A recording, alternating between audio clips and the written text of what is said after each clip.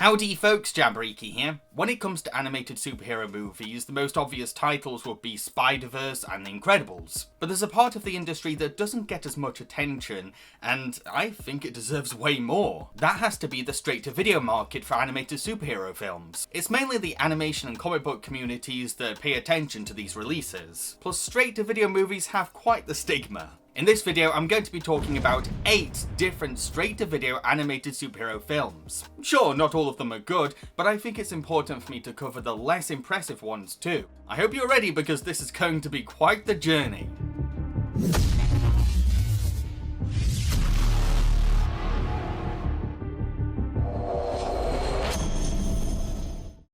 Batman Under the Red Hood. When Ra's al Ghul employs the Joker to distract Batman and Robin, the Clown Prince ends up kidnapping Robin, aka Jason Todd, and traps the Boy Wonder in a building with a timed bomb. Batman tries to rescue the Boy Wonder from being blown up, but he's too late to save his sidekick. Many years later, a mysterious villain called the Red Hood takes over the biggest drug cartels in Gotham, and uses extreme violence to retain control of these crime gangs. This really angers the drug lord Black Mask, who becomes adamant to take down his rival. Batman then realizes a shocking truth. The Red Hood is actually Jason Todd, Robin in the flesh. But how is he still alive? And can Batman bring peace to Gotham? Now, the twist that Red Hood is really Jason Todd is handed to us quite early, but that's the whole point. It's all to make us speculate over how Jason Todd returned from the grave, and what made him want to take on the mantle of the Red Hood. We also learn that Ra's al Ghul was the one who gave new life to Jason, all because he felt guilty about the consequences of hiring the Joker. The origins of Jason's resurrection are so strange that we're left wondering how much of the Red Hood is Jason Todd.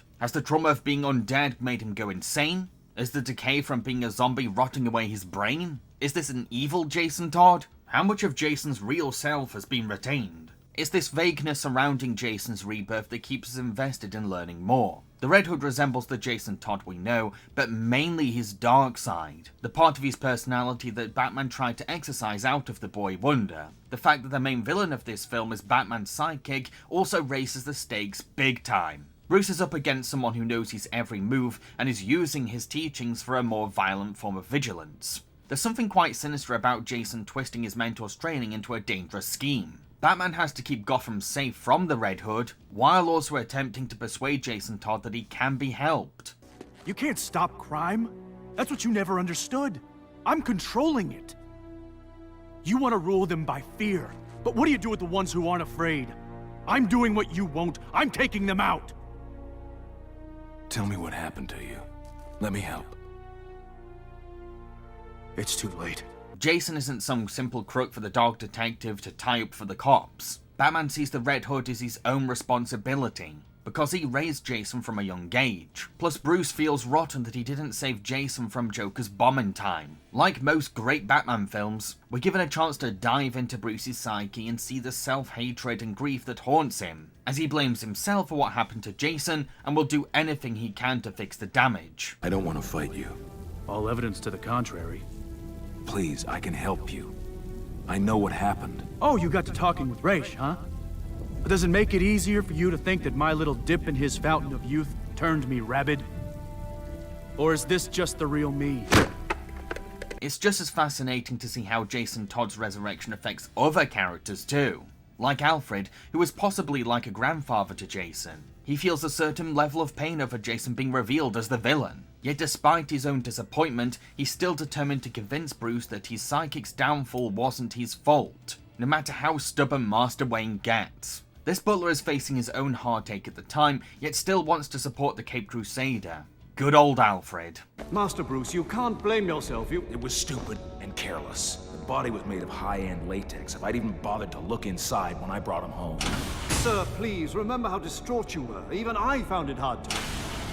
Stupid and careless! Where are you going? To talk to the man who did this. Even Ra's al Ghul, whose choice to hire the Joker led to Jason's death, and use of the dark arts caused Jason to come back as a shell of himself, feels a sense of remorse and regret over his actions. I'm afraid I overestimated my ability to control the Joker, just as I underestimated his madness. It grieved me, sir, to be a party to something so brutal. You've never shied away from drawing blood. True. but always with purpose, always with greater goals. This was simply an unnecessary casualty. It's really astonishing seeing a villain go through his own stages of grief, even though the Boy Wonder was the sidekick of his greatest enemy. That's the appeal of Batman's rogues gallery. A lot of them have a hidden humanity behind their villain personas. Another major part of this movie has to be the crime politics. How the Red Hood's takeover of Gotham's drug trade turns the city's crime culture completely upside down, not only leading to less work for Batman to commit to, but also sending a message of threat to the incredibly hostile Black Mask. The drastic lengths this drug lord decides to take to keep his power really helps to inspire the momentum of the story, because this is a villain with no restraint. I want this man dead. When I say dead, I mean seriously dead. Beaten, broken, his head mounted on my wall, kinda dead! Black Mask tires of the Red Hood's rise to power so much that he ends up freeing the Joker from prison and hires him as an assassin.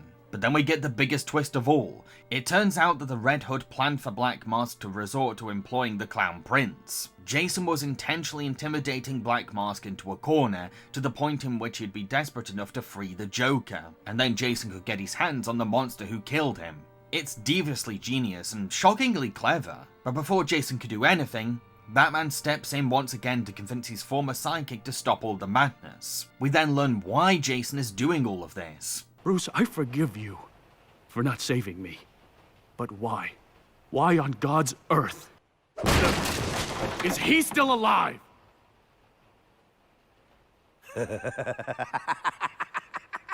After all the confusing mystery, it all suddenly makes sense. What follows is a gripping and thought-provoking debate of moral coding and vigilante ethics. It's a hero and villain confrontation that doesn't hold back, stripping away all the fancy costumes and cool gadgets to deconstruct superhero lore, as well as the fine line between good and evil. It'd be too damned easy. All I've ever wanted to do is kill him. A day doesn't go by when I don't think about subjecting him to every horrendous torture he's dealt out to others, and then end him. Aw, so you do think about me. But if I do that, if I allow myself to go down into that place, I'll never come back. Jason then blows up the building, and Batman fails to find his sidekick's body, all while the Joker cackles at the detective as he relives the same trauma all over again. The fact that we don't find out whether Jason survived in this film's ending might frustrate some people, but I think such anger misses the whole point. This film is not about Batman trying to beat the bad guy, it's about Bruce Wayne trying to let go of his guilt. Whether the Red Hood is alive or not, Bruce feels pride for the way he raised Jason. Sir, in light of all the recent events, would you like me to remove that? No. This doesn't change anything. It doesn't change anything at all. And he can treasure the great memories of the Robin he nurtured. Check me out! I'm Robin, the Boy Wonder! Are you kidding me? This rocks! Come on, old man. We've got bad guys who need chasing.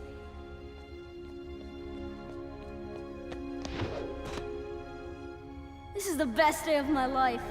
To conclude, Batman Under the Red Hood is a powerful movie that explores the ethics of vigilante heroism by contrasting Batman's strict moral code with Red Hood's violent sanitizing of Gotham's crime. It's a mature philosophical study of justice that isn't afraid to push buttons, while also reminding us why Bruce Wayne is the man he is. I came out of this movie feeling both painfully sad and warmly uplifted at the same time, and it takes very real storytelling to do that to an audience. Ultimate Avengers. When super soldier Steve Rogers, aka Captain America, is free from the ice he's been frozen in for almost a century, head of S.H.I.E.L.D., Nick Fury, explains that he needs the Captain's help. Not only does S.H.I.E.L.D. scientist Bruce Banner require Steve's blood for his super soldier serum, but Nick is putting together a team of superheroes called the Avengers, so that Earth can take down an evil race of aliens called the Chitauri. The immediate problem with this movie is that it's wanting to tell the story of superheroes uniting together and learning to work as a team,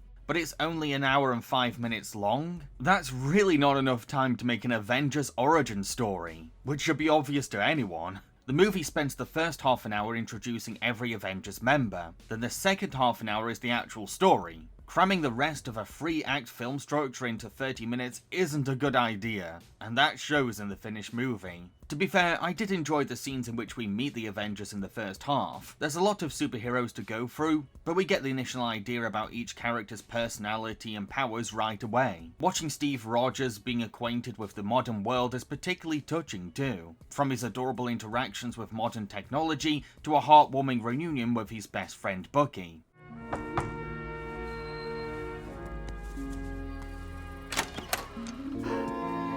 I hear they call you Buck now. Cap. I couldn't believe it when we got the call. It's just... Oh, hey, what am I doing? Come in, come in. We also spent some time with Bruce Banner at S.H.I.E.L.D., whose character design and voice actor both do a fantastic job of portraying a scientist who's repressing a dangerous Hulk and has clearly spent countless late nights on lab research. Any questions? Any questions not about the Hulk? However, the film goes kind of downhill once it's ready to team all these characters up together, which is not how I should be describing an Avengers movie. These superheroes don't get along from day one, whether they're arguing with each other or failing to cooperate on the field. Giant Man, you'll remain here. If he escapes, you stop him. Oh, great plan, Coach. Bench your most powerful player. Those are your orders, Pym. Let's go! Now, this would be fine if the Avengers were given a chance to build morale as a team, but there's just no time. And the movie tries to put the team through the narrative cycle of failure, regret, and learning to work together so quickly that it's like someone accidentally pressed the fast forward button. We don't get time to become emotionally attached to these characters as a team because things go by that rapidly. So I honestly never found myself caring about the Avengers as a team or if they would stick together. I also felt nothing regarding the threat of the Chitauri against Earth. Half the time I forgot who our heroes were even up against, because the movie barely develops the Chitauri as villains. While I know that the Chitauri have a rich history in the original Marvel comic books, in this movie they're just a generic evil alien race. A blank slate army for our heroes to fight as they assemble. Sure, we know their history with Captain America, and they get to use their transformation powers to sneak into S.H.I.E.L.D. for one team. But for the most part, they end up being background noise in the story. This makes their eventual invasion such an underwhelming entrance. You might as well play kazoos when they fly into the city, because they sure as hell don't deserve a brass orchestra. Heck, it doesn't even take that long to defeat them, and I'll get into that later. A lot of these superheroes are poorly handled in the second half too. Ant-Man is established as this snarky hothead, whose cocky arrogance is more annoying than funny or charismatic. That's Captain America? He looks so young.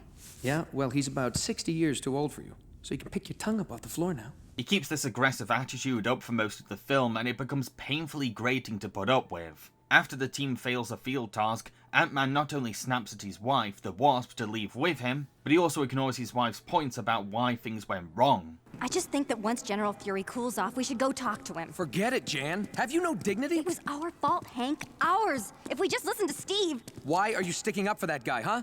It was a mistake to put him in charge. It's always everyone else's fault and never yours, right, Hank? Yeah, right.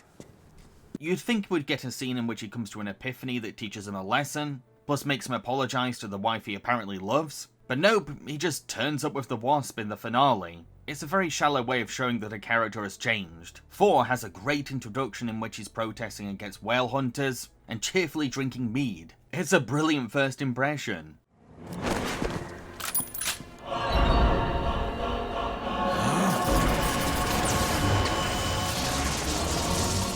But he decides to decline the Avengers invite and doesn't turn up until the finale. While his involvement in the climax is unsurprisingly badass, having him appear in the last minute means that he lacks presence in the overall story, plus it also underdevelops his relationship with the other Avengers. When we first meet Tony Stark, we grasp who he is right away, a cool and charismatic billionaire with no time for the Avengers. The film also has a lot of fun tricking Nick Fury and the superheroes into thinking he's not Iron Man, but just someone who knows him.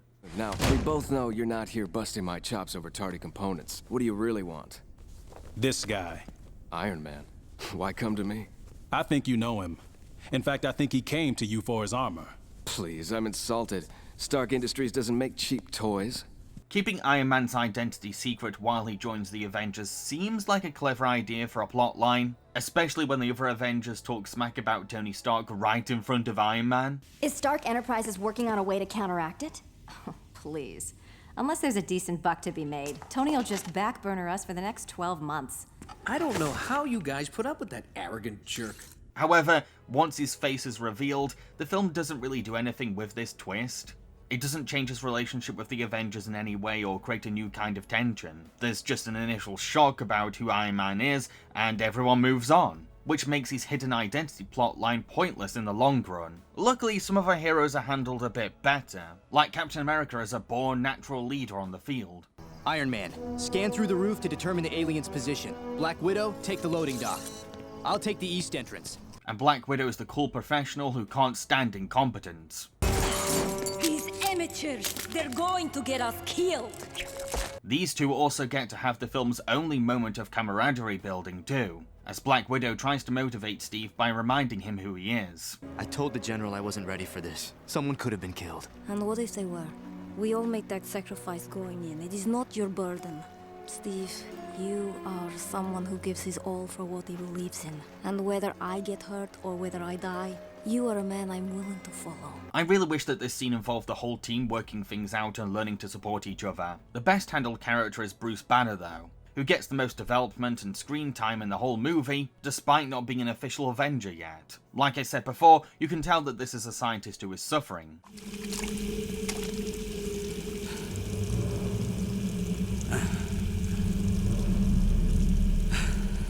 It's then later revealed that Bruce has actually been using his soldier serum experiment to find a way to control the Hulk. This terrifies his partner Betty and makes Nick Fury feel betrayed. While you could argue that this was deceptive and reckless on his part, there is some nobility to the fact that he's been actively wanting to become an Avenger, and that he sees superheroism as the answer to living with Hulk being part of him. Dr. Banner, I know about the Hulk. You have to understand, the Hulk has ruined everything in my life. My work, my identity, my relationships. And you think the serum can help you? Yes! That monster is a menace because he can't be controlled. But the very principles of the super soldier process indicate that such transmutations can be controlled. He can be a benefit to humanity, just like you are. At first, it seems like Bruce can be one with the Hulk, but after saving the day, he goes on a rampage and the Avengers have to take him down before things get worse. On the one hand, this is the most exciting part of the film, because Hulk is a much more fleshed out opponent for our heroes to fight, and a highly challenging enemy to boot.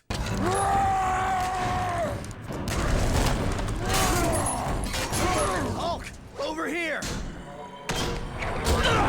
On the other hand though, suddenly the Chitauri have become totally irrelevant in the blink of an eye, and the movie is now about the Avengers fighting an angry Bruce Banner. Yeah, it's fun to watch, but dang does it make our main villains even more underwhelming than they were already. They do eventually beat Hulk, but the fact that the process of knocking him out was risky, dangerous and time-consuming makes me wonder how they'll handle him on the field for future missions. To conclude, Ultimate Avengers is a rushed and disjointed attempt to assemble an iconic superhero team. It's way too ambitious for its running time, and ends up suffering under the restraints and limitations of being woefully short for an Avengers epic. However, as an origin story for Captain America and the Hulk as superheroes, it's pretty decent. Apparently there's a sequel to this movie, and maybe I'll give it a chance one day, but I'm in no rush after being disappointed by this first installment.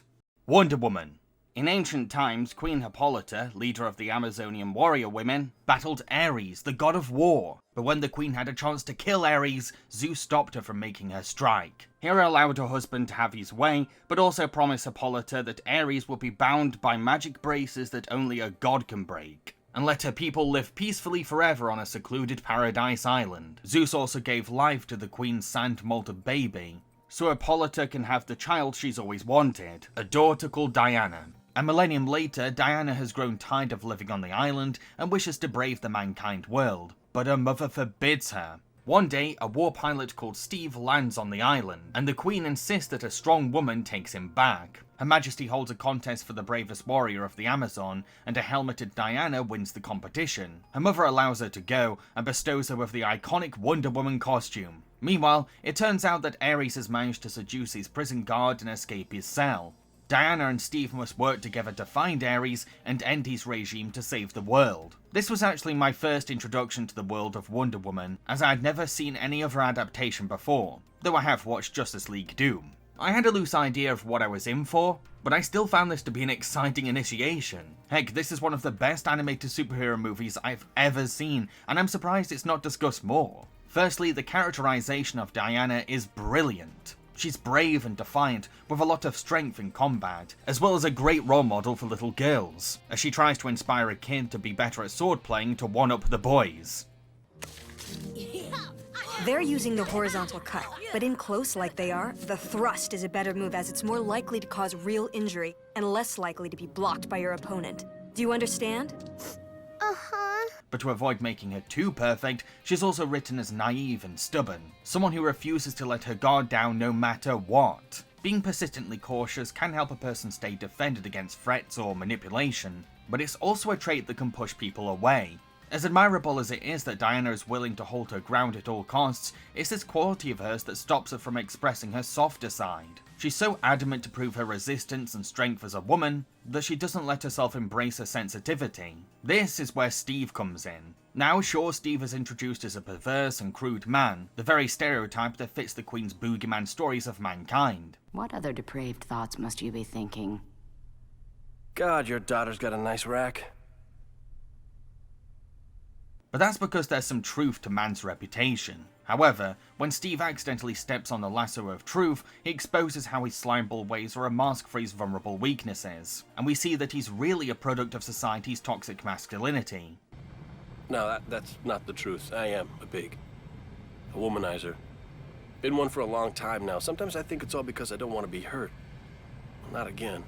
It's macho bravado, it's all a facade. Once he owns up to this, a weight is lifted, and he can no longer rely on said mask. At the same time, Steve is given a chance to hold a mirror up to Diana, showing that she has her own prejudices and flaws to admit to. Newsflash! The Amazons ain't so perfect either. You act brave, but cutting yourselves off from the outside world was cowardly. Not to mention, stupid!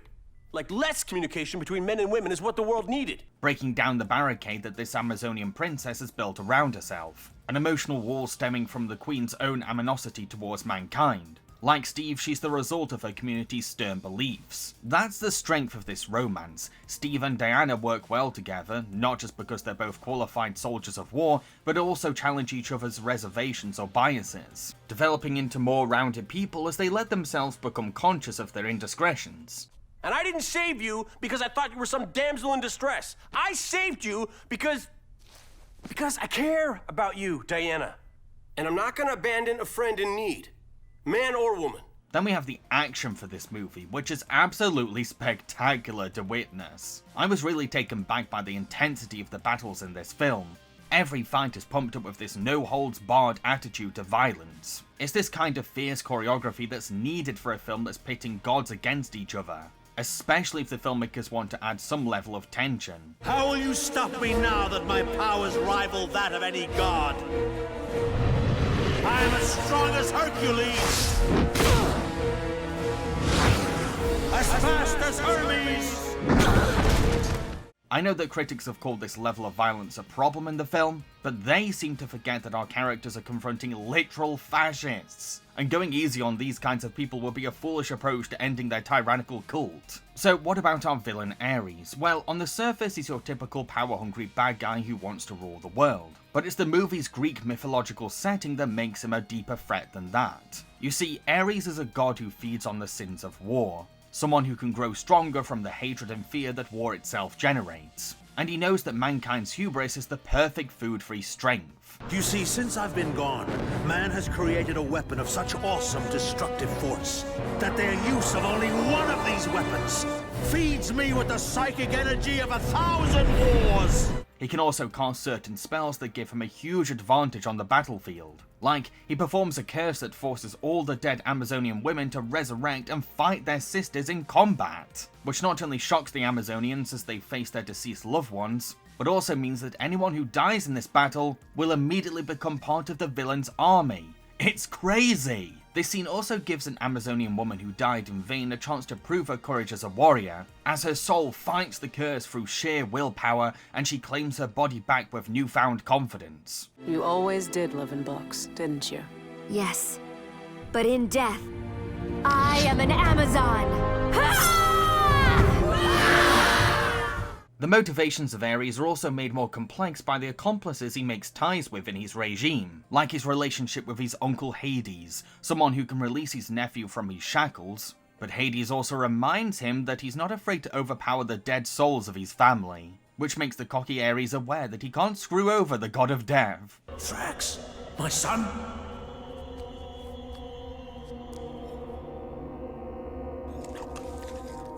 Is everything all right, dear nephew? The blood seems to have rushed from your face. Yes, of course. Ares also seduces Persephone into joining his side, convincing her to betray her own people for love. This isn't because Ares is a genuine, kind man deep down, but due to the fact that women like Persephone feel repressed from having the freedom to start a family, and Ares has convinced her that he can fill that void. It's this conniving manipulation that makes us hate our villain even more, but also shows how the Queen's rule of seclusion from outsiders has pushed women like Persephone down the wrong path. You were given a life of peace and beauty, and denied one of families and children. Yes, Hippolyta, the Amazons are warriors, but we are women too. To conclude, Wonder Woman is an action-packed and adventurous movie that imaginatively uses Greek mythology to tell an epic story of heroism, anti-fascism, and freedom, while also exploring the unhealthy habits we can all fall into if we hide behind a mask or close ourselves off from deeper connections. I had a lot of fun with this movie, folks. 4. Tales of Asgard. In the far-reaching world of Asgard, the mighty King Odin rules. But he's struggling to raise his two sons, the hot-headed Thor and the mischievous sorcerer Loki. Odin won't let the princes leave their kingdom, so in defiance, Thor and Loki sneak upon a ship belonging to 3 Asgardian warriors called Fandral, Hogun, and Volstagg. The brothers convince this band of friends to join them on a quest to Jotunheim, land of the frost giants, to retrieve the fiery-bladed Sword of Surtur. However, in order to get home, they must trespass the kingdom of the frost giants, and Thor accidentally slays 2 centaurians while crossing the bridge. This causes the king of Jotunheim to wage war on Asgard unless Odin brings them the Sword of Surtur. Odin sends his loyal counselor, a dark elf named Algrim, to collect the sword from Thor. But the royal advisor turns on Asgard and plans to avenge his people, who were all killed by the frost giants. Thor and his team partner up with a Valkyrie warrior called Sif, as they try to put an end to the war that the prince unintentionally started, before Asgard is destroyed by the frost giants. Now, this is an animated superhero film that certainly stands out from the rest, being sort of a prequel to Thor's saga that chronicles his teenage years. What we have here is a coming-of-age fantasy adventure movie that serves as the building blocks for Thor and Loki's adolescence. So, those seeking a badass blockbuster film about a hypermasculine god with a powerful hammer will be disappointed. Thor is introduced as an arrogant and cocky boy, with a lot of his ego stemming from his royal servants bending over backwards to save his pride. However, his best friend Sif, the stable girl, is willing to pull him down a peg, and make him realise that everyone actually thinks very little of him. Thor then comes to learn that even his own father doesn't believe in his potential as a warrior, and denies the boy a chance to prove himself to avoid risking the life of a future king. This is what motivates Thor to start his quest for the sword in a bid to prove his self-worth. What begins as a grand adventure through a frozen climate becomes something very different once Thor gets hold of the sword. This fiery blade immediately gives the teenager a new sense of invincibility that goes to his head. But once he accidentally kills the frost giants on the bridge, he comes to face the reality of wielding such immense power, and this is a huge wake-up call for his maturity. Thor goes from being an immature kid who wants to play big boy to a man who desires to bring peace to Asgard. It's a change of motivation that happens naturally, because nothing can shake a person out of their self-grandeur than seeing the consequences of their reckless actions. Not to mention Odin already preached to Thor about the importance of keeping peace, and now his father's teachings have hit him like a ton of bricks. Being a king is not about drawing a sword in battle. It's about avoiding battle entirely. At the same time though, this is a learning experience for Odin too, because he has to overcome a personal flaw as well. He's a parent who assumes that stern control is the best way to raise kids, when really, it just makes kids unhappy and rebellious. It's really refreshing to see a father-son drama in which both parent and child have to develop, because sometimes both parties can be at fault. Thor comes to learn that being a king is about keeping your people safe from danger, and leadership is about making sensible decisions more than macho flexing, while Odin confronts the consequences of coddling his privileged sons. Father, I should have listened to you. I was just so eager to prove myself. And I should have listened to you. Why?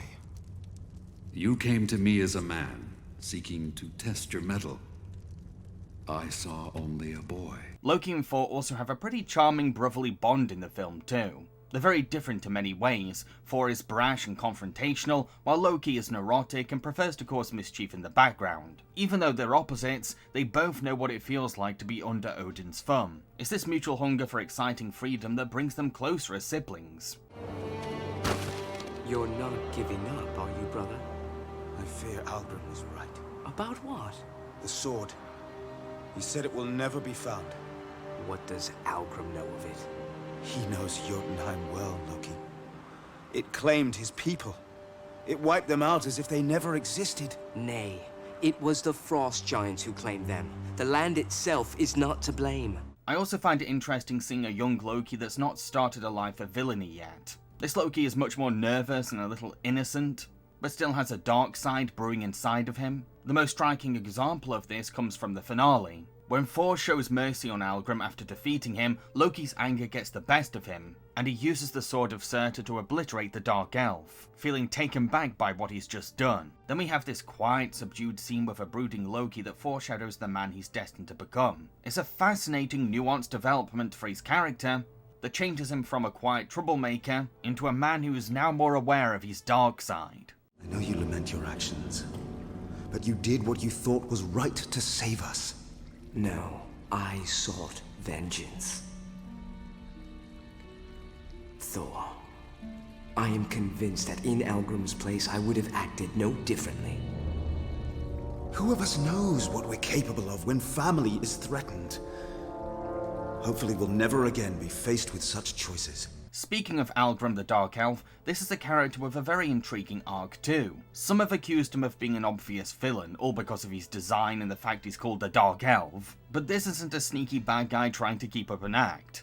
He's not this conniving slimeball after the throne. He genuinely cares about Thor's safety and happiness. Rest easy, Thor. But if nothing else, let my people's fate serve as an example. The Frost Giants are dangerous. I know. I promise to be vigilant. And is happy to give parenting advice to Odin, being a former father himself. Ogrim, am I a good father? Do I shield them from too much? Though my children never had the chance to come of age, I do believe that keeping sons too close could very well be what drives them away. Some lessons, my lord, can only be learned with real consequences. At no point do his intentions seem sinister or manipulative. It's only when Algrim gets his hands on the Sword of Surtur that his repressed bitterness and rage becomes empowered. The sword is quite like the ring from Lord of the Rings, something that brings out the worst in someone because of the power it holds. This has moved beyond a harmless quest. We must not be found in Jotunheim with such a weapon. Why be concerned, Loki? I defy anyone to confront us, especially now that we are armed with this. He's a grieving, misguided man who resents the king for not sacrificing Asgardians for Dark Elf vengeance. In a way, we can understand his feelings of frustration, but at the same time, Odin had good intentions at heart as a leader of his people. You could have defeated the Frost Giants! No, that war could not have been won. Even if I had sacrificed every life in Asgard. You lie!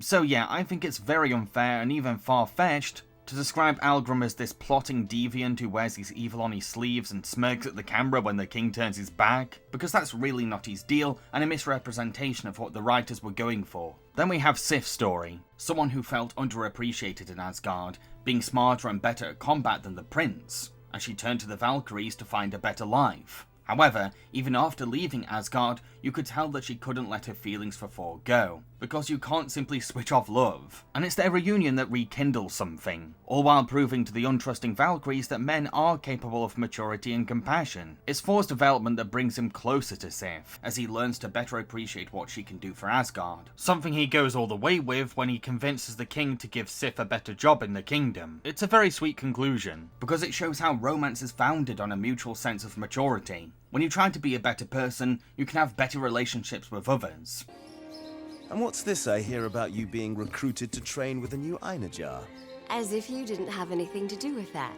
No, you've proven your worth. To conclude, Thor Tales of Asgard is a decently entertaining fantasy adventure, but I think it mainly works as a teen coming-of-age drama as it follows the development of Thor. How he once started off as an entitled brat and became the self-respecting hero we all know. Sure, there's maybe more thrilling and ambitious animated superhero movies out there, but Tales of Asgard still deserves recognition for exploring the profound early years of a teenage Marvel icon. So we're halfway through this video and I'd just like to remind folks to consider subscribing to my channel. And to those that are already subscribed, don't forget to click the notification bell. Thank you! Green Lantern First Flight. While test pilot Hal Jordan is trying out a new craft experiment, he's suddenly cosmically gravitated to the desert by green-coloured energy, where he finds a crash-landed dying alien called Abin Sur, who gives Hal a magic green ring and says that he's been chosen to be a Green Lantern. Soon after, a squad of other Green Lanterns appear. They are very suspicious of Hal, but take the human to their guardian leaders. These wise elders are hesitant to believe that an Earthling inherited a ring. However, a corp called Sinestro agrees to take Hal under his wing and teach him the ropes. Although, it doesn't take too long for Hal to see that Sinestro's methods of getting information are highly controversial, and that he holds contempt towards the Guardians, believing that elemental energy can achieve greater things. We later learn that Sinestro is actually working with a criminal called Kanjar Ro to find the legendary yellow element. But Sinestro turns on his partner and frames Hal for killing the wanted alive criminal, which leads to the human having to relinquish his ring. Can Hal convince his innocence and investigate the truth behind what's going on? Once again, this is another superhero that I'm new to, but I got the gist of him quite quickly. You see, as an origin story, First Flight establishes Hal Jordan's superhero beginnings as fast as it can, because it's very eager to get to the meat of its narrative. Now, you could easily argue that this weakens the movie because it skimps over the beats needed to tell a hero's journey, particularly the training stage. While I can understand that argument, I also see the positives of the introduction's fast pacing. Yes, Hal is quick to accept not only the existence of aliens, but also a new demanding role as a space cop, and the power that comes with an elemental ring that can generate anything. But these things can also be seen as qualities to his character. They paint him as an open-minded and easygoing quick learner, who instinctively empathizes with anyone he meets. He doesn't worry about contemplating over what's happening to him, because policing happens to be a universal concept. Each lantern is responsible for patrolling one of 3,600 sectors of the universe. But sort of like one cop per precinct. Yes. And he's very aware that these aliens don't have time to dawdle around. We have a deepening crisis at hand.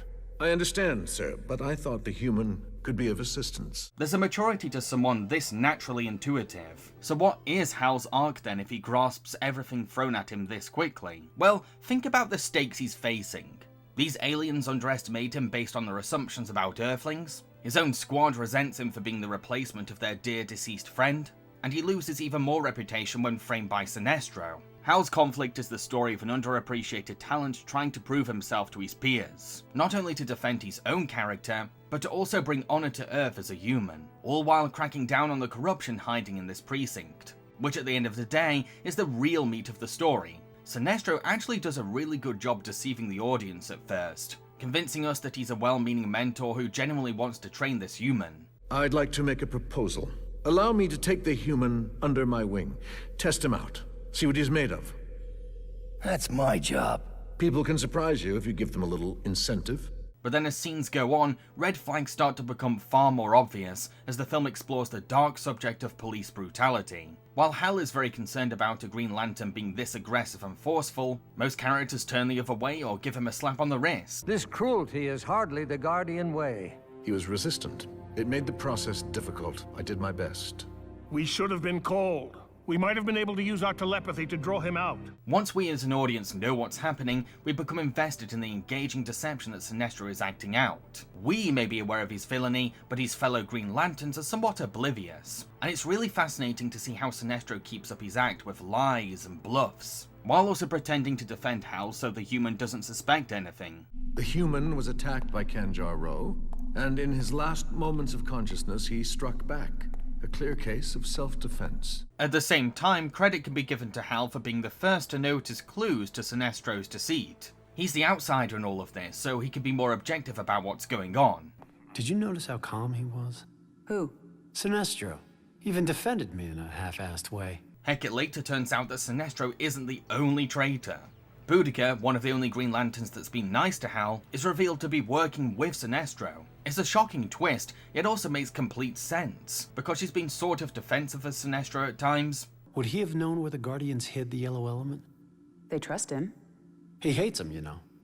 He's critical. Plus she admits that she was only friendly to Hal to get inside of his head, which is kind of creepy in hindsight. As soon as Sinestro finds the yellow element, you can totally tell that he's planned everything through as he swiftly and smoothly takes every step to dismantle the Guardian Society and the Green Lantern Corps. This is an intellectual villain who's not let his ego get the best of him. He's an intelligent planner who has thought about risks or obstacles ahead of time. Luckily, Hal is not one to give up, a trait that's been consistent to his character throughout the film. And it's this stubborn adamance that leads him to literally punching the green element, and becoming one with this powerful energy. And you thought I was green before? The finale is perhaps the best part of the film, as the Guardians lose their pride so much that they drop their bickering to focus on doing what's right, while the Green Lanterns become inspired by Hal Jordan's determined bravery in spite of how this space life has been treating him. Plus we're given this awesome cosmic battle between Hal and Sinestro. It's so damn cool and reminiscent of an anime space opera.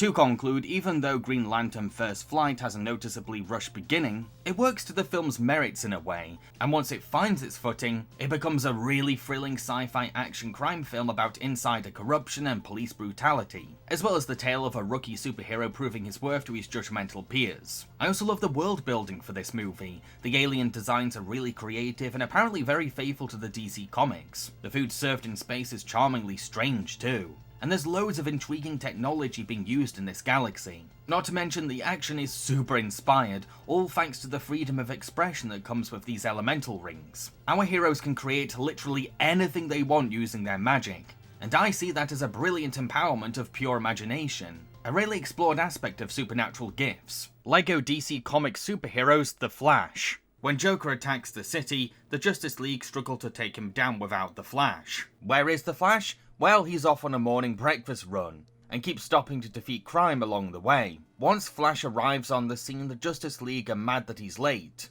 and Batman scolds him for his tardiness. Before Flash can defend himself though, a mysterious yellow figure starts taunting him to race. Little does Flash know that this fast-running foe is actually sending him into a time loop, one that causes him to lose his super speed powers. This mystery speedster turns out to be Reverse Flash, Flash's evil doppelganger from the future. With Flash's powers now gone, Reverse Flash tricks the Justice League into firing Flash, and he becomes the city's #1 superhero using his super speed powers. Once recognized as a trusted celebrity, Reverse Flash starts taking over the world. Meanwhile, the original Flash is trying to get his powers back with help from Dr. Fate, who informs him that he has to perform a series of obstacles without the aid of super speed. Now, the straight-to-video LEGO films are made by a completely different team to the ones who produced the theatrical LEGO movies, and they're aimed at a much younger audience rather than the whole family. I think it's important to keep those facts in mind before going into any of these movies. This film goes for a very silly sense of humour, and while it's not as funny as, say, the LEGO Batman movie, it got more chuckles out of me than I expected. Fun's over. I foiled your plan. What? Oh, you thought your batarang defeated my fun cannon? Wait, then what's that button for? This button? It turns on the air conditioner. This button fires my fun cannon. Kids will find this movie to be a laugh riot though. because the gags and one-liners are geared towards their sense of humour. The comedy is totally their cup of tea. Look, I stopped the Joker, but listen, I've got an even bigger problem. Great Scott, you're right! Your pants! They're gone! Looks like you ran out of pens! So is Flash actually in the league, or just like an honorary member? Let's be fair, it's more than obvious that this movie was produced to promote expensive LEGO DC sets, because that's LEGO's main investment in film production. However, the film does use animation to do things with these LEGO toys that kids can't in real life. Plus, characters also incorporate brick building into the story now and again. It's not the central focus, but it does play an important part in the finale. The world of Dr. Fate's home is quite imaginative too, pushing the rules of LEGO construction to reality-bending cosmic levels. Not to mention, the obstacle course that Flash takes manages to somehow use LEGO design to create an ominously dark landscape. So yeah, the film isn't set in the LEGO universe for purely commercial reasons. There's some level of creativity being embraced by the filmmakers. The main point of the film though is to teach Flash a lesson about slowing down. You see, he's become quite cocky about his super speed powers, which has made him neglect important values and timescales. It's the obstacle course that forces him to overcome conflicts without using his superpowers, as he begins to appreciate such instincts as observation, concentration, safety, and patience. So all I have to do is get through the maze in the dark. With my super speed back, that shouldn't be a problem. Ow! Ow! Ow! Ow! Ow! Okay, it's a problem. What is it with this place trying to hurt me? In turn, children in the audience can learn to understand why slowing down is a helpful life tool. Yes, kids are naturally super energetic and easily distracted, but a part of their growing up stage in life is learning to slow down sometimes. Be aware of your surroundings. My surroundings?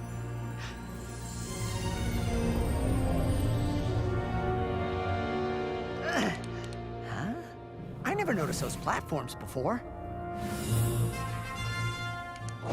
Wow, the path to the door was there the whole time. Flash isn't the only one who has to adapt to disadvantaged powers though. There's a potential new member of Justice League called Atom. Up and at them! Accidentally breaks his belt and stays shrunk down for most of the movie. The film mainly plays this problem for funny laughs, but there's also something empathetic and inspiring about his little side adventure. Despite being the size of a Tic Tac, he manages to reach the Justice League headquarters, which in itself is a heroic feat.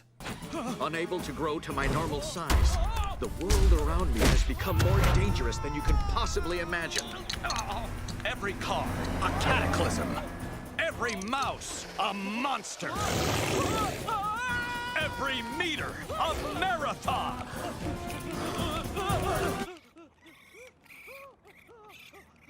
The Justice League themselves are portrayed like office co-workers, which can be quite charming, and their back and forth banter will be very relatable for parents watching the film with their kids. Come on, Plaz, it's the trouble alert. But I'm starving. I need a pick-me-up. How's this for a pick-me-up? Aw, one order of fast food to give you a boost. Huh? What? Hey! The League also has a big part to play in helping Flash be more mature with his powers too, with memories of their advice popping up during the obstacle course. What was it Batman said? Always have a plan. Oh, okay, so Flash, what's your plan? Oh, and if your kids love animals, then they'll be very happy with this movie, because superhero pets are a big part of the story, with each critter playing a role in helping save the day. Heck, even grown-ups might find these pets to be really cute. I know I did. The super pets. Huh. All this trouble with Reverse Flash, and they're just digging a hole under the wall. Of course! Brilliant! So what about this movie's villain? Well, Reverse Flash is certainly very charismatic, being incredibly passionate and easily excited about his evil plan. Oh, and he loves rubbing his success in the heroes' faces. Enjoy the rest of your days trapped inside your little clubhouse. Oh, one more thing. I've activated your Hall of Justice security systems And equipped them with countermeasures for each of your powers. So you might want to be careful in there. But what gives him depth in the story is how he resembles the dark side of Justice League's Flash. He's everything that the good Flash could become if he lets his overconfidence go to his head, or becomes too dependent on letting his super speed define his value as a superhero.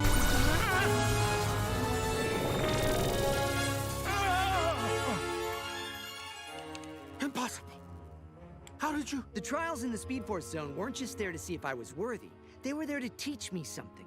Something you would have known if you took the time to go through them. Enough of this! To conclude, this LEGO Flash movie isn't for those after a serious and mature superhero film, but it'll also maybe disappoint those who want something very similar to the LEGO Batman movie too. At the end of the day, it's a bit of silly fun that'll keep kids entertained for an hour, while effectively teaching them about patience, safety, and concentration. I think the best thing that superhero fans will get out of this is how it explores the subtle side of super speed, and how Flash's power isn't just about going really, really fast. However, I have been told that there are better straight-to-video LEGO DC movies out there, so this is possibly not the best example of the franchise. In other words, take what I'm saying with a grain of salt. Hellboy, Sword of Storms. One dark night, a Japanese professor reads an ancient scroll that tells of an old legend. In this tale, two demons representing thunder and lightning tormented the lands with their powers. The daimyo of these lands promised the demons his daughter if they went away. However, his daughter was secretly in love with a samurai.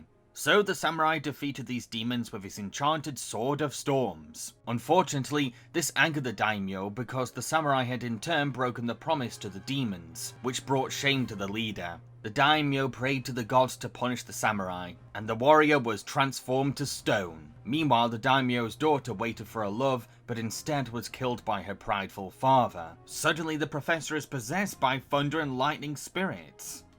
They try to take the samurai's Sword of Storms from the museum, but the samurai's ghost pushes them away. This supernatural activity alerts the Bureau for Paranormal Research and Defense, and Hellboy is sent to Japan to investigate. While at the museum, Hellboy finds the Sword of Storms and is transported to a spirit world full of demons who want to take the sword from him. Once Hellboy's superhero teammates Abe and Liz realize that Hellboy has vanished, they try to go find him somehow, but end up being trapped by a sea serpent. So I did have a lot of high hopes for this film. Filmmaker Guillermo del Toro and original Hellboy creator Mike Mignola are attached as creative producers. Plus actors Ron Perlman, Doug Jones and Selma Blair reprised their roles from Del Toro's Hellboy movies. On top of that, the story is about Japanese folklore, one of my favourite topics when it comes to horror. Yet despite all this, I found myself feeling quite disinterested in most of the film. I wasn't entirely bored, there are duller films out there, but the movie didn't invest me enough to make me actually care about what was even going on. Yet the idea of Hellboy confronting Japanese mythical creatures sounds awesome on paper, and I did find it fun recognizing each spirit, demon and ghost, but his encounters with these monsters are so formulaic that they become repetitive very fast. Hellboy meets a random person who seems a bit weird or shady, they turn out to be an evil creature, and our hero has to stop them from getting his sword or being eaten by them. Rinse and repeat. Only one fight breaks this pattern, in which Hellboy faces an underwater monster, and it's the only fight that's actually interesting, because Hellboy gets little help this time, and there's a bit more to this monster than their creepy design.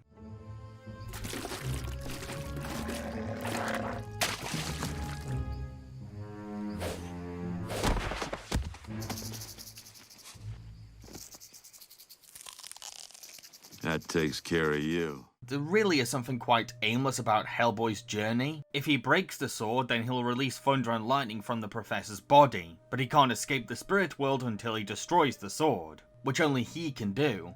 And apparently the sword is the only thing that can kill thunder and lightning, so Hellboy is kind of left stuck wandering around fighting monsters, never knowing a route to his end goal. Our villains are pretty underwhelming too. Their possession of the professor is kind of disturbing, but then they spend the whole film just sat next to a dumpster, as they use enchanted figures resembling demons in the spirit world to combat Hellboy. They stay in this exact same spot as they play puppet masters, never establishing any kind of personal hero and villain dynamic with Hellboy. Plus no one is around to stop them from what they're doing, and they just keep sticking to the same strategy of adding more monsters. Thunder and Lightning only get anywhere in the finale when Hellboy is tricked into breaking the sword and they can finally fight our hero face to face. While this is a great battle sequence because of what's at stake, the fact that Hellboy defeats them with the sword despite it now being broken is very confusing, because it renders the whole conundrum of Hellboy's previous decision completely pointless. He could have broken the sword to get home and easily killed Thunder and Lightning with the snap blades all along.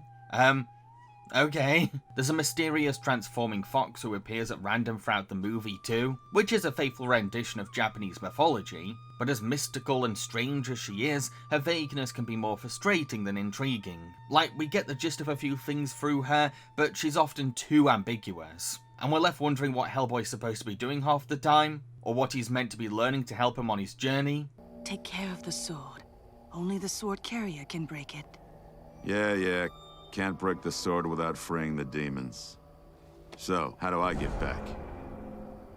The ghost story, like a lot of aspects of the film, is pretty meh as well. This couple's relationship is severely underdeveloped, yet it's supposed to be the heart of the film's drama. Yes, there's some tragedy to what happened to them both, as it's a sad end to their secret affair. But these are very flat characters, with a relationship that's not fleshed out beyond what we learn from the scroll. So I wasn't that fussed about these ghosts being reunited, because there's just nothing to latch onto emotionally. When they do eventually meet up again, I felt nothing. It's nice to see, I guess, but it didn't exactly warm my heart as much as the filmmakers maybe intended. I don't know, it just feels a bit hollow. Now, what about Liz and Abe? Well, they're sidelined for the most part. They're eventually informed about Hellboy's whereabouts, but they can't exactly do anything besides wait and hope. They spend a lot of the film fighting a sea serpent, which is blocking the path for their travel, but this has nothing to do with Hellboy's journey. Because of this, Liz and Abe's plotline is very disconnected to the film's central focus, and they end up being underused. The movie sort of hints at a potential romance between these two, because after Abe breathes into Liz to help her survive underwater, some intimate tension is felt between them. But despite all the teasing, it goes nowhere. Heck, I'm not even sure if it was supposed to be a thing. It's kind of confusing. Underwater, that, giving me air thing, that was, I didn't know you could do that. Oh, I wasn't sure it would work either, but I have burped excess air before, so I thought I might... Oh, I was breathing your burps? Oh! Thanks. Good. Apparently people's biggest gripe with this film is its animation quality. Personally, I've seen a lot worse. I'd say that this is average for straight-to-video standards. However, I do understand people's grievance. It's pretty jerky in motion, and the character animation is uninspired to say the least. It's not terrible, but it could do with more fluidity, expression, and smoothness. The one thing I'll praise this movie for, though, is its sense of humour. The comedy is very dry and casual, with an emphasis on sarcastic one-liners. The back-and-forth banter between our main characters has this tongue-in-cheek warmth that both develops their bond and made me laugh. God, the Bureau should lock me up. I'm the real monster.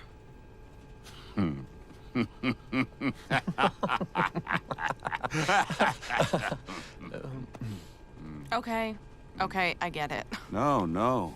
You're the monster, all right.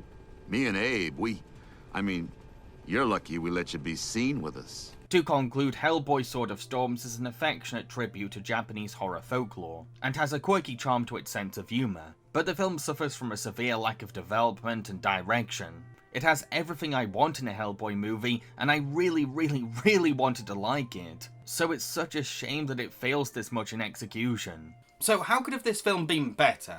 Well, I think that Liz and Abe should have gone off to find the Professor to stop his whole figurine gameplay, which would have made them more involved in the main story. Plus, Thunder and Lightning could have resorted to travelling to the spirit world in order to escape Liz and Abe. That would have made them more hands-on villains who actually interact with our heroes. The mission at hand needed a clearer goal as well, like getting the sword to a specific location or finding a portal in the spirit world, especially if breaking the sword won't matter in the long run. Finally, there needed to be flashbacks to the Maiden and Samurai's love story, just little glimpses into what it was like throughout the film, so that we could actually have a reason to care about them reuniting. I'm aware that there's a second animated Hellboy movie out there, and I'm hoping that it's an improvement on this one. Justice League, Crisis on Two Earths. When a Lex Luthor from a parallel world turns up on our Earth, he introduces himself as the good doppelganger of Superman's Lex, and he's come to our Justice League for help. He explains that he's the last superhero of his Earth, and that a supervillain team called the Crime Syndicate has taken over it. We then learn that the Syndicate wants to threaten every multiverse with a powerful weapon they're building. But little do they know that one Crime Syndicate member, Owlman, plans to use this bomb to destroy reality itself. Can Good Lex and our Justice League save the multiverse from Owlman? and take down the whole crime syndicate. The appeal of this movie is its multiverse setting. No, we don't jump between various worlds,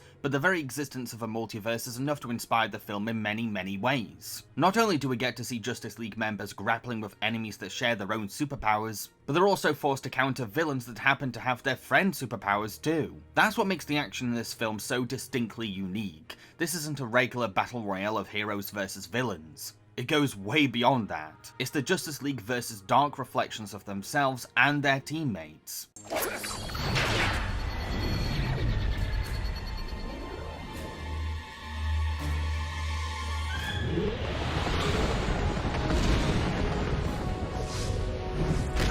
Although controversy has stirred around the movie's decision to make the villains more ethnically diverse than the Justice League itself, something that creates pretty questionable implications about race. Whether the filmmakers intended to or not, such a direction was bound to land them in hot water. The multiverse angle also gives the film an opportunity to explore such themes as philosophy, politics, and ethics on a universal scale. While most stories use multiverses to expand the scope of their adventure, Crisis on Two Earths embarks on more internal concepts. Like, the idea of Lex reaching out to our Justice League for help inspires the ethical question of, should we help an Earth parallel to our own? While the League's debate on this is short, everyone is allowed a say, and the fact that the film lets them have this discussion in the first place is fascinating in its own right. I don't trust him. There's a surprise. Maybe he's on the up and up. You said yourself, he's not our Luthor. Still, never met a Luthor I liked. I've read his mind. He's telling the truth.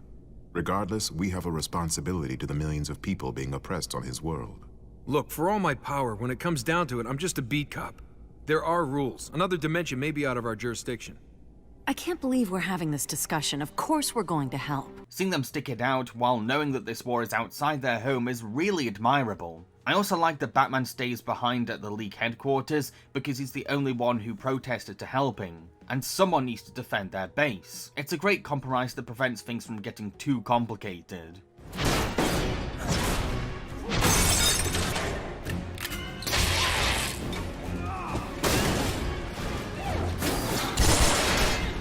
Because this parallel Earth's president has settled for making peace with the crime syndicate, we get some rich discourse about a leader's political responsibility and finding the courage to stand up to greater forces. There's something inspiring about this team of superheroes trying to motivate a country's president to gather courage and do better, especially when they find ways to be on his level. There's a saying on my world.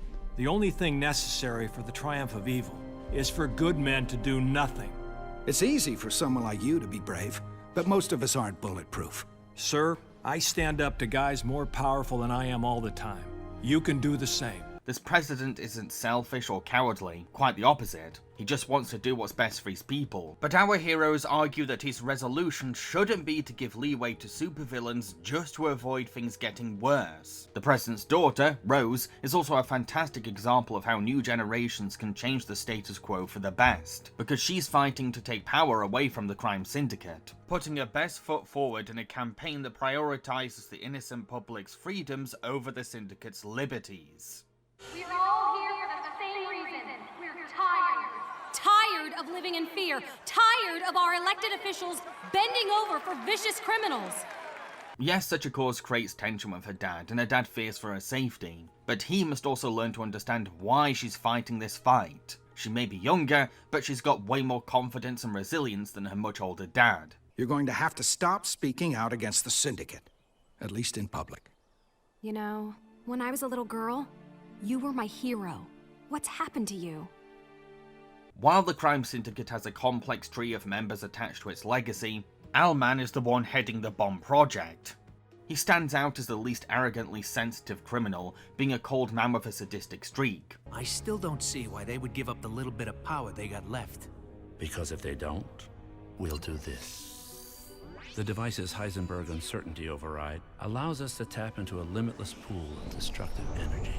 But he's also a deep thinker with a nihilistic philosophy on everything. Most supervillains are compelled to be evil through egocentricity, greed, power, or revenge. Even baddies who want to wipe out races stand by a vision of their own ideal world. Owlman, on the other hand, just wants to destroy the universe because he's fell into an abyss of pessimism. It's his discovery of a multiverse that pushes his cynicism into a desire to end everything, because a multiverse reinforces his opinion that existence is pointless. Why would you want to destroy the world? Because it's the only action one could take that would have any purpose. You lost me there. Every decision we make is meaningless. Because somewhere, on a parallel Earth, we've already made the opposite choice. Owlman embodies the very essence of apathy at its darkest core, and how he puts his philosophy into practice is truly terrifying. Keep in mind too, Owlman is supposed to be the evil doppelganger of Batman, which makes their eventual face-to-face showdown incredibly personal. Batman is someone who overcame his depression by becoming a superhero, while Owlman let the darkness consume his soul. Batman is fighting a version of himself who not only uses the same kinds of gadgets and martial arts, but also resembles the man that Bruce Wayne could have become if he surrendered to the Dark Abyss. So their fight isn't just about saving reality from deletion, it's a chance for Batman to counter Owlman's bleak philosophy by using himself as an example for finding meaning to life, which also reaffirms his reasoning for becoming a superhero to audiences. It's a really profound confrontation. There is a difference between you and me.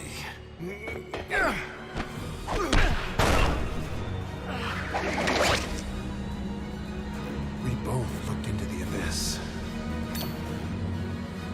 But when it looked back at us, you blinked. There's actually a very romantic side to this film too. You see Justice League's Martian and Rose develop this cute little thing together, which is no surprise when they're a match made in heaven.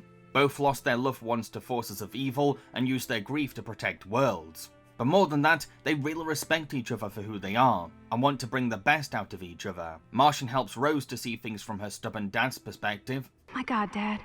You were a war hero. When did you turn into a coward? He is not a coward. Men who have seen battle are often among those who hold life most dear. How did you know what I was thinking? It was an accident. I didn't mean to read your mind. And Rose encourages Martian to be more open about himself. You don't have to wear that disguise. No one can see in here. I thought it would make you more comfortable. Just the opposite. I'd like to get to know the real you.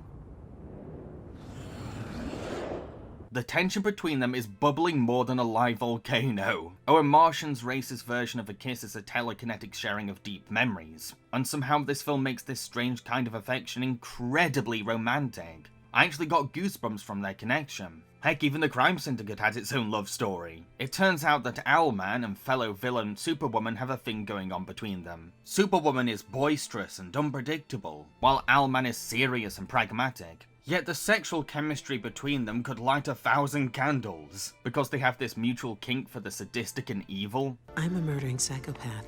It's part of my charm. I do find it attractive. I also love how Superwoman is the more sexually confident one in the relationship, because it's rare for films to let women be the stronger one in the bedroom, and I love that Owlman's only weakness seems to be Superwoman. Oh, and it's so refreshing seeing a supervillain couple that don't end up betraying each other by the end. What's also interesting is that not everyone in the crime syndicate is incapable of doing good, because one character gets his very own redemption. Once everyone learns of Owlman's plan to destroy reality, suddenly the Syndicate feel inclined to join forces with the Justice League, and Flash's British doppelganger Johnny Quick volunteers his powers to help out. However, after saving the day, Johnny realises that he had to give up his entire life in the process. He doesn't express angry regret or protest against the sacrifice though. He calmly accepts it with pride, as if deep down, a part of him had always wanted to be a hero. It's one of the most nuanced examples of a villain redeeming himself I've ever seen.